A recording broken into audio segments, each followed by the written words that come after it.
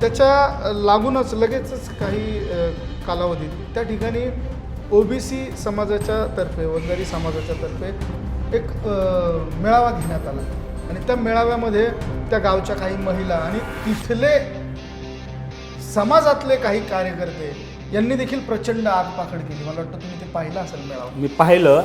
मी एक आव्हान करेन त्या सर्व लोकांना की तुम्ही ज्या आत्मीयतेने तो मेळावा घेतला दुसऱ्या दिवशीचा, पहिल्या दिवशी आमच्या बहिणीसोबत घटना झाली होती, आम्ही त्या घटनेत इतके संतप्त होतो की आम्ही तिथं येऊन चिडचिड करणं स्वाभाविकच होतं.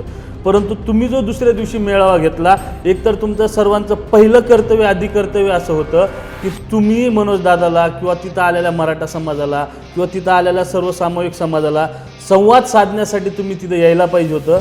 दादा, याच्यामध्ये जे कोणी दोषी आहेत त्यांना तुम्ही शिक्षा करा, आम्ही तुमच्या सोबत उभा राहू. मी त्यात बघितलं एक कोणीतरी, मला त्यांचं नाव येत नाही, ते म्हणे जर कोणी त्या गोष्टीचा दोषी असेल तर त्याला आम्ही फासावर देऊ.